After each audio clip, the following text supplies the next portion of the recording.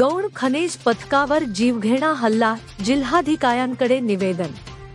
नंदुरबार तहसील कार्यालयातील गौण खनिज पथकातील मंडळ अधिकारी व कर्मचारी दिनांक 3 फेब्रुवारी 2026 रोजी आपली नियमित ड्युटी बजावत असताना वाव शनिमांडळ रस्त्यावर गौण खनिज वाहतूक करणाऱ्या वाहनांची तपासणी करत होते।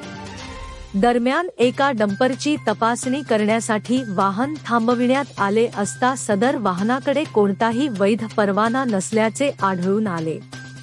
यावरून डंपरचा मालक राहुल पाटील याने पथकातील मंडळ अधिकारी श्री रवींद्र घोडके यांच्यावर लोखंडी पाईपच्या साहाय्याने जीवघेणा हल्ला केला, तसेच अश्लील शिवीगाळ केल्याचा गंभीर प्रकार घडला। शासकीय कर्मचाऱ्यांवर हल्ला झाल्याने परिसरात खळबळ उडाली आहे।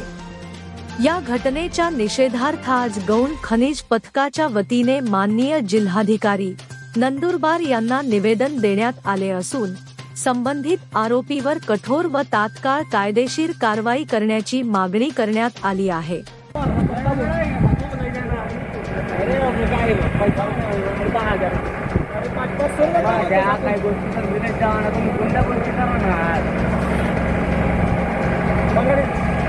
बेटा तू हे नको करू बरं का, केस करशील, दुसरं काय करशील? आम्हाला